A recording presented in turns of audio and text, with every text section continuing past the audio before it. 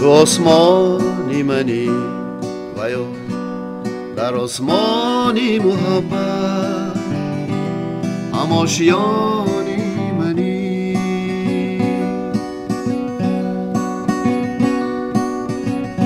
آن تراوش نوری که در شبانی سیاهی نگهبانی منی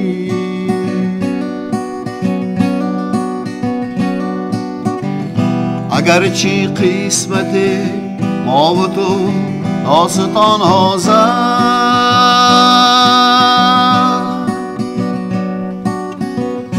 هنوز شعر و غزل و داستانی منی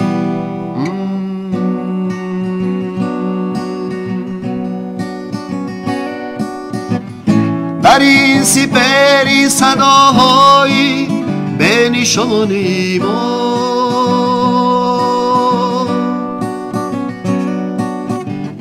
اگر نشان تو باشم تو هم نشانی منی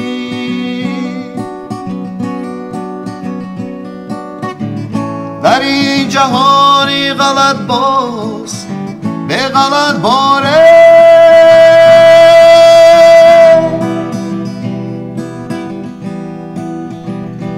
اگر جهانی تو باشم تو هم جهانی منی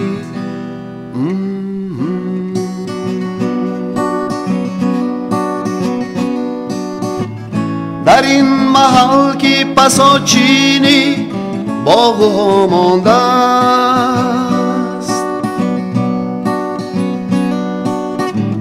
یگانه میوه امید و ارمانی منی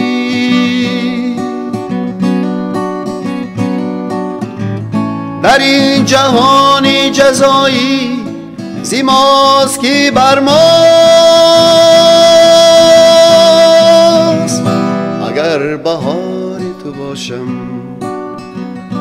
تو هم خزانی منی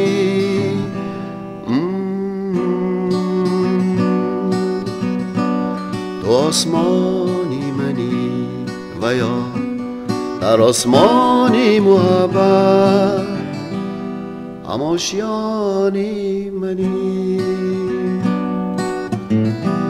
تو یک جهانی منی داستانی منی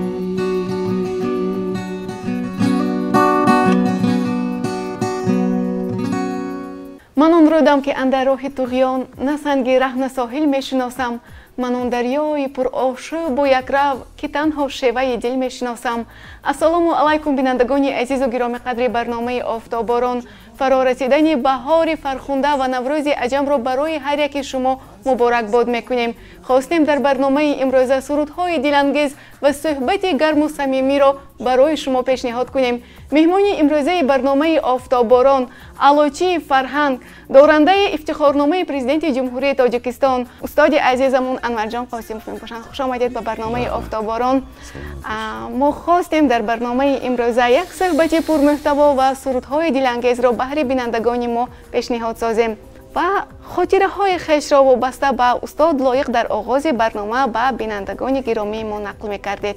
شما بار اول چگونه با استاد لایق شناخته شدید؟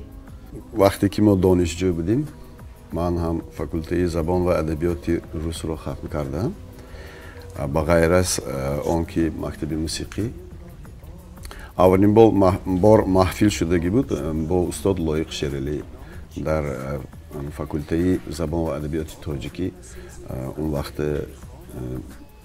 LGPI به نام کیروف میگفتن دانشکده ما اونجا واخوری شدگی بود یک چند شعرهایمون کسی ما زنده شنیده بودیم وقتی که اون کس خیلی شعرهای نوشان که شناس کردن من اثر شعرها رو بسیار دوست می داشتم و اولین بار وقتی که ما در محفل های بوستان اون وقتا بوستان یک بوستان دو بوستان سه همه خیلی یک وها بود آزمون ها در همون آزمون ها اساسا دانشجویان اشتراک میکردن نوازندگان حافظان و من هم در آنجا بار اول اشتراک کرده بودم. البته دیگر سرود رو خوانده بودم. وقتی که سرودی استاد لایق با تو بودم یک شب تنها به تنها تا سحر، با تو بودم یک شب در باغ گلها تا سحر، همین شعرشون از یک مجله دسترس کردم و ما اون وقت انسامبل پرواز داشتیم و همراهی همون دوستم مرحوم محسن جان یوسفوف همین شعر رو کمتر قرائت کرده، کمتر دیگرگونی، یعنی پیوستگی به شعر، سیردریا تو اشک عاشقان، سیردریا تو بخت جاویدان، سیردریا امید آرزوهای من توی همین پیوست کردیم که نقرات شد و یک سرود جالب شد، پیدا شد و این سرود اولینی ما بود که ما در آزمونی солнечные струны میگفتن، تارهای زرین همین میشد، солнечные در همونجا اشتراک کردیم و بار اول من همین سرود رو در همونجا برای مخلصان پیشکش کرده بودم و آنجا بسیار سوال شده بود. اون وقتا بسیار هم شعر و جوانان نسبت شعر بسیار یک توجهی زیاد داشتن. بله. این شعری کی و بعد با یک چند کتاب‌های مایده کتاب‌های نوی استاد لایق علاقه چاپ شده بود، ما با همون وحی شعرهای اون کس نزدیک شدیم، شناسایی پیدا کردیم و فهمیدم که استاد در یک چند ژانر شعر می‌نویسند، در ژانر دوستی، در وفاداری، محبت نسبتی مادر و محبت نسبتی کشور وطن، بسیار شعرهایشان رو آموختم. باری دوم وقتی که من به بیمارستان همین شهری، اون وقت شهری لیناباد بود خوجند، ما وقتی که من همجا رفتم با استاد مرحوم قطبی کرام بسیار دوستی داشتم، بسیار کار میکردیم، استاد اسکر حکیم و آنجا من دوم بار با استاد لایق شعرلی واخوردم، işte هم صحبت شدیم سری یک پیاله چای، بسیار صحبت‌های صمیمی بود. بعد رؤسای ولایتی لیناباد در دوشنبه برپا گشته بود که در آنجا من باز هم با من استاد لایق شعرلی، با من قطبی کرام، با یک چند اسکر حکیم و همشان هم صحبت شده. انا اونجا یک محفل آراسته هم صحبت شدیم، ما سرودخوانی کردیم، آنها شعر گفتند. همین لحظه و لحظه های اهم قیمت‌ترینی که من همراه استاد واخورده بودم. وقتی که ما جشن استاد لایق رو در شهر پنجکین پیشواز گرفتیم، در آنجا هم من یک 4 سرودی که عیناً با شعری استاد لایق در آنجا من اجرا کردم. یک چند سرود بود، آشنا چون ادا شد آشنایت می رود، در روی جهانیم و ندانیم جهان چیست، مادرم و یک 4 سرود رو من برای تماشاگران اجرا کردم. اما وقت ما تا به خانه استاد لایق رفتیم، در هر یک سری قدم شعرهای استاد ما رو همچون پیشواز میگرفتن، دو بیت‌هایشان، یک بیت‌های شاعر استاد لایق که بیهوده نگفتن که بعد از 1000 سالها بعد از استاد رویده که من استاد لایق برای ما یک بایگری ارزنده ای که برای نسل نورست آینده برای جوانان بسیار ضرور است، بسیار چیزی پرقیمت است. دو کلیاتی کلانی که لایق استاد لایق برای استاد لایق بخشیده به جشن 60 سالگیشون، انمون خیلی کلیات منبع هست. وقتی که من خود رو خیلی خوب حس میکنم کتاب لایق رو ورق میزنم، وقتی که من خود رو خیلی بد حس میکنم بعد کتاب های لایق رو باز شعرهای استاد رو ورق میزنم. اساسا وقتی که شخص بیمار میشود یا خود رو ناراحت حس میکند، شعرهایی که در بیمارستان نوشتن بسیار از کلیات لایق بسیار شعرهای عجایب هستند که شخص خودش رو هم به همون عالم همون شعرهای استاد عشق میپرتاید و خودش رو در همان جا حس میکنه. بله راست. واقعا خیلی که استاد لایق اشاره کردن من بعد 1000 سال می آیم باز چون مرغ خجستفال می آیم باز گر بعد 1000 سال یادم بکنید من بعد 1000 سال می آیم باز. واقعا هر لحظه که ما یاد میکنیم این زادروز استاد لایق است. هر روزی که ما یاد میکنیم این زادروز است و بهترش میشد که یکی از سرودهایی که شما با آهنگ درآوردید منظور بینندگان میکردید. من زیاده از قریب 10 سرودی استاد رو با آهنگ درآوردم. اکنون شعرهای استاد لایق وقتی که میخوانید بسیار هم عادی می نماید. یعنی که شخص به همون شعر وقتی که میخوانید خودتان را حس میکنید. یعنی که چنین می نماید که تنها برای شما نوشته شده است. حسیاتی که استاد حسیاتی که داشته این شعر رو نوشتن همون حسیات در شما پیدا می شود. من چه خیلی شعر سرودی استاد رو ایجاد میکنم. من اول وقتی که کلیات استاد رو ورق میزنم شعرهایشان رو میخوام یکی از شعرهایشان به من معقول میگیره. وقتی من این شعر رو زمزمه کرده زمزمه اذیت کرده بعد با اون یک آهنگ میکوبم. آهنگ مثلا همین تو آسمانی منی سرودی که من برای از شعری استاد نیستم. من خودم در بیمارستان بودم. در اونجا البته همون کتابی استاد نزدی من بود. من خونده همین تو آسمانی منی قریب که 1 سال اضافه من در آهنگ همین سرود کار کردگی. چون که در اینجا یک شعرشان هست تو آسمانی منی و یا یک کلمه هست و یا تو آسمانی منی و یا در آسمانی محبت هماشیانی منی. ان همین کلمه و یا بسیار برای من یک چی بود روسا پریگراده میگن چیزی که برای با آهنگ در آورده همین مانع ایجاد میکنه. مانع بود یک مانع بود که لیکن من خواستم همین ویا رو گرفته پرتم از شعر لیکن البته این ناممکن است. همین خیلی میشد که تو آسمانی منی در آسمانی محبت. همین خیلی وقتی که آهنگای همش تیار کردیم همین کلمه و یا برای من بسیار یک مشکلی مانگی پیدا شد. قریب که 1 سال من همین سرود رو پرتافته ماندم دیگر سر کار نیافته. بعد یک روزی همین وقتی که گیتار رو گرفته سرود خواندم اونجا همین و یاش خودش پیدا شد. تو آسمانی منی و یا در آسمانی محبت هماشیانی منی تان تراوشی نوری که در شبانی سیادی نگهبانی منی. خودش همیشه شد که چه میگوید یک پیدا شد پلاونست موزیکی یعنی اینکه یک دیگریش قاپیدم هم آهنگ هم شعر.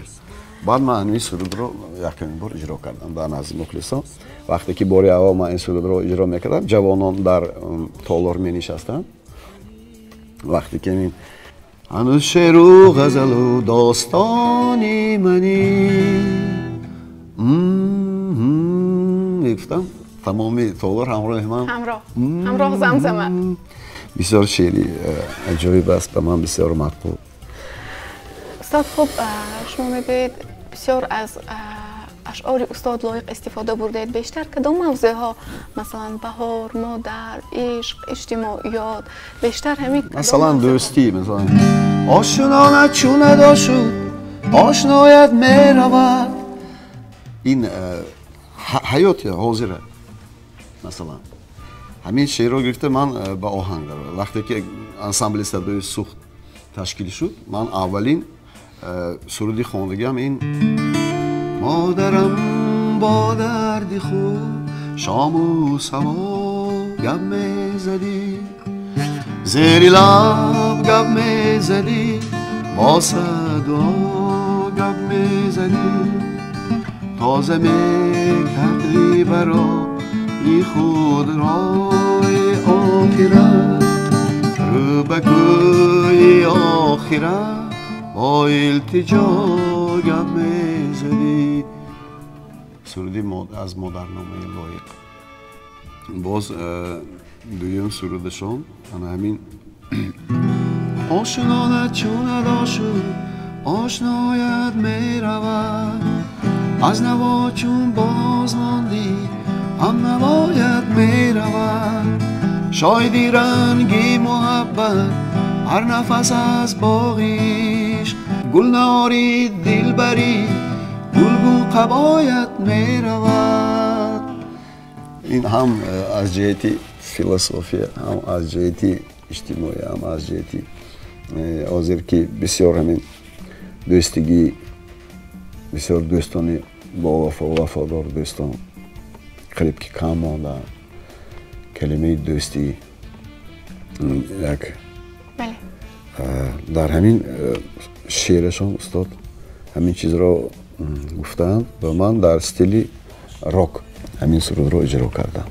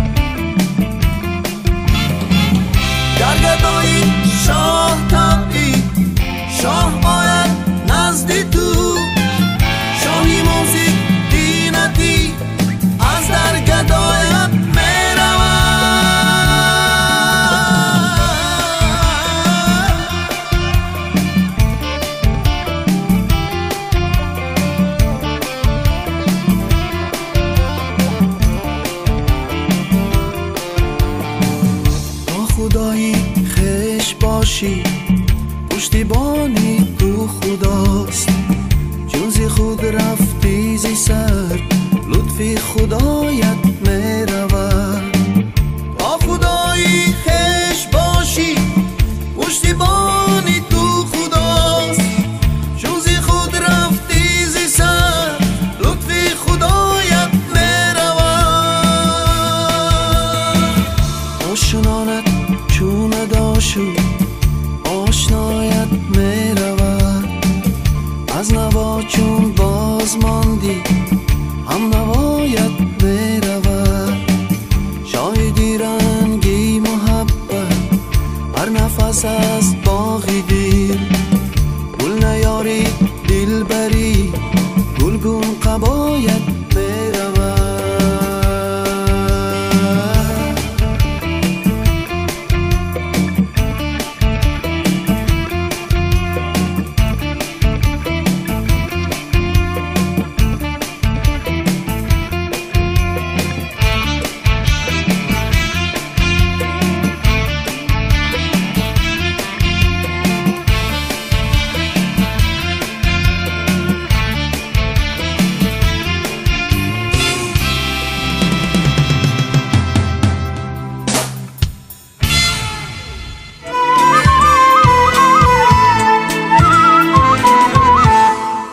درباره مادر اگر ما سر کنیم درباره مادر لایق یک مادرنامه علاوه نیستند که ما وقتی که هر یک سطر رو هر یک شعرهای آن کس رو ورق میزنیم ما مثلا من خودم مادری خودم رو با خود یک تصور میکنم که مرحوم مادرم رو بسیار دوست می‌داشتم. من هم از شعرهای استاد وقتی که ورق میزنم میخوانم همین چیز رو پای بردم که استاد بسیار هم مادرشان رو سخت دوست می‌داشتند و در وصف مادر قریب که یک کتاب نیستند. البته هر یک کس وقتی که من ایام عیدهای روز مادران و میشود بسیار شعرها رو ما میشنیم از زبانی هم نورسان از زبانی کلان سالان که بسیارتر اساساً از شعرهای مادرنامه استاد لایق است. بله استاد، خوب از بین این سرودهایی که شما با شعرهایی که با آهنگ در آوردید چند عددی آنها همچون کلیپ منظوری مخلصان شما گردیدن؟ قریب که همه من مثلا کلیپ مادرم و کلیپ نیست و همچون نامره کنسرتی رفته است. آشنانه چون آشنا میرود این سرود را من در کنسرتم اجرا کردم و این سرود همچون نامره کنسرتی رفته است. تو آسمانی منی این همچون یک کلیپ که در آنجا کمتر با رژیسور مرحوم علی جان محمدی کار کرده بودیم. اون کس این کلیپ رو معرفی کردند. با اکتورهای نامداری تئاتری کمال خوجندی کار کرده بودیم. باز من ای عشقی من این هم کلیپ شده است.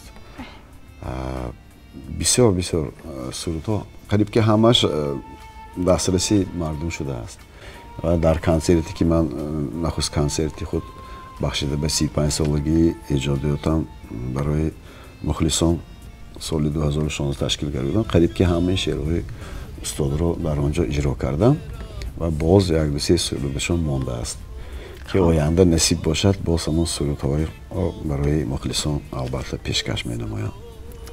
خب استاد، این از محبت و اخلاص شما به اشعار لایق و شخصیت این به‌بها است و می‌خواستیم در برنامه باز یکی از سرودها رو زنده و پررنگ منظور بینندگان می‌نمودید. بیشتر از همه کدام سرود به دل شما نزدیک است؟ ما می‌خواستیم آن را شنویم. البته سرودهای دوره‌های دانشجویی من اون وقت 20 ساله بودم وقتی که این سرود رو برای مخلصان اجرا نمودم. این سرودی سردریا بود وقتی جوانی دوره‌های عاشقی برای که ما نو به عرصه حیات مستقلانه قدم می‌زدیم. همین سرود به من خیلی نزدیک شده است. مرحمت باشد.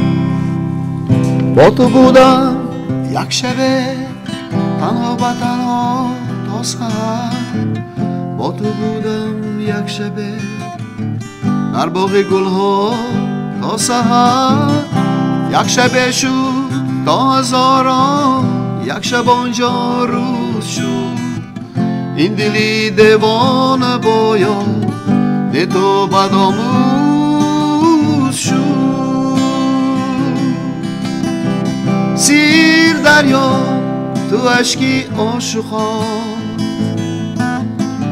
سیر دریا تو بخت جاویدان سیر دریا امید و آرزوهای من تویی نمیدانم کی برا دیده گریان میکند نمیدانم کی مرا خانه و ایران میکند عاشقانی نامناسب جفت میگردند تو ما دل موافق بودیم لیک از هم دیگر جدا سیر دریا تو اشکی عاشقان سیر دریا تو بخت جاویدان سیر دریا امید و آرزوهای من تویی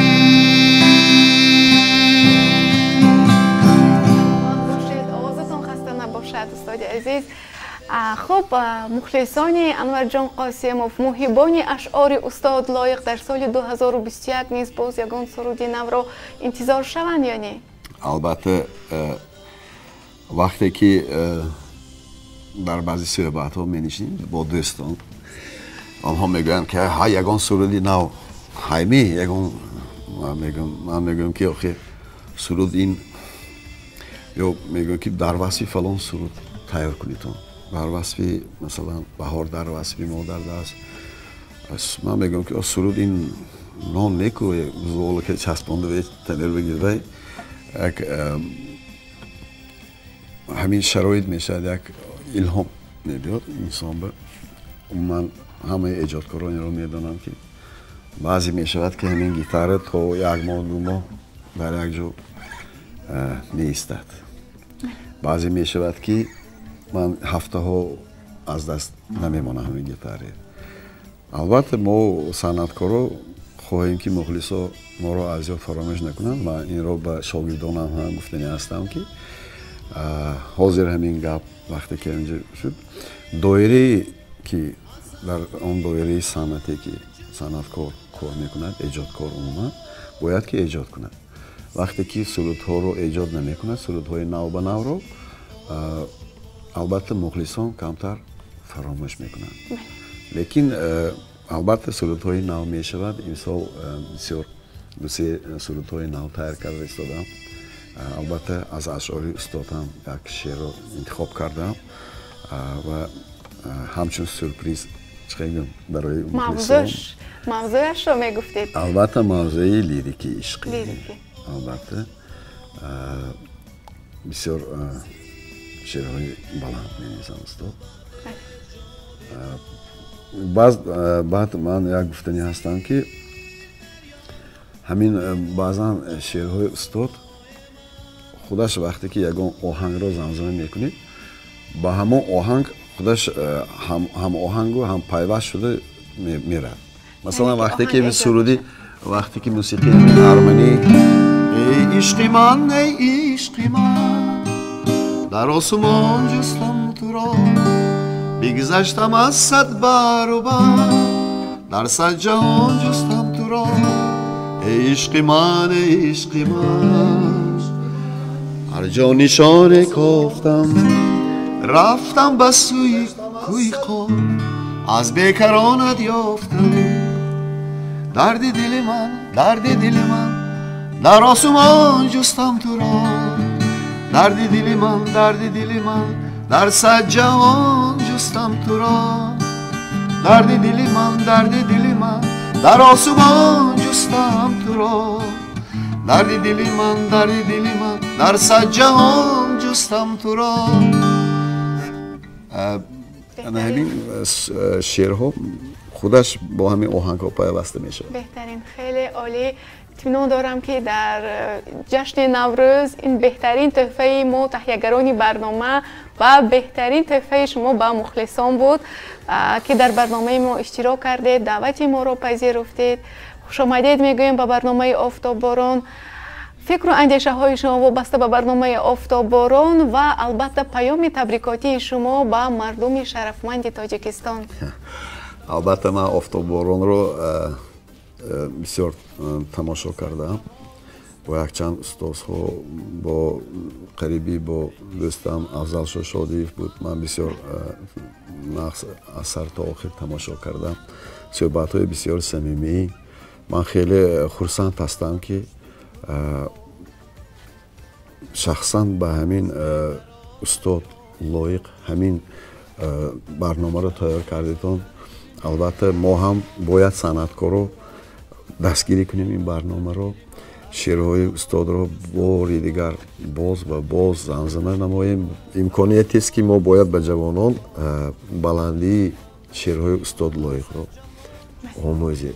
جوانانی که امروز بسیار حافظانی که من سخت گپ زدنی نیستم که شعرهای بسیار سبک رو گرفته شعر میکنن، البته سرود میکنن، لیکن خودتان هم مثلا میبینید که این شعرها، این سرودها عمری کوتاه دارن، ارزش ندارن. وقتی که من سرودی مادرم لایق رو وقتی که اجرا میکنن، این سرود رو افضل شادی میخوانن، استاد جلوی، همه سرود از شعرهای استاد گرفته ایجاد کرده. سرودها قریب که همه زمزمه میکند، میداند که این شعرهای بلند است و استاد هم بسیار شعرهای بلند مینویسند، روحشان شاد باد البته. لیکن من بسیار منتدار هستم، شخصا من منتدار هستم که همین برنامه رو تهیه کردیتون و آینده به شاگردانم گفتنی هستم که اگر شود اشتراک نمایند در همین برنامه، در ایدی آمده ایستاده نوروز به همه شمایان خوشبختی، خوشنودی، سلامتی آرزو می نمایم. دسترخوانتان پر از ناز و نعمت باشد، گرد و اطراف دسترخوان پر از دوستان و نزدیکان باشد، آسمان صاف بیغبار تاجیکستان برای ما همیشه باشد. به همه شمایان مخلصان عزیز، مخلصان همین برنامه صحت سلامتی بردباری ها آرزو می نمایم. بگذار چی نیت و آرزوهای خوب داشته باشید، جامعه عمل پیشد، سلامت باشید. تشکر، سلامت باشید. خوش آمدید به برنامه آفتاب باران. بسیار سرودهای دلانگیز صدا دادن، اطمینان دارم که برای همگان پسند آمد و البته در سال 2021 سرودهای نو و نو را انتظار هستیم. خوش آمدید. تشکر. رحمت. من زنده ام به خاطر دیدار آرزو، من زنده ام به خاطر یار خیالیم، من زنده ام به خاطر آن عشق سرمد کارت پیام دلفریب از بی زوالیم، من زنده ام به خاطر بختی نیافته، من زنده ام به خاطر راهی نرفته ام. بینندگان عزیز، در همین جا فرصت برنامه آفتاب باران به آخر رسید. در پایان برنامه بار دیگر شما را با فرا رسیدن نوروز فرخنده پی مبارکباد میکنیم. تا هفته آینده، خیر عزیزان.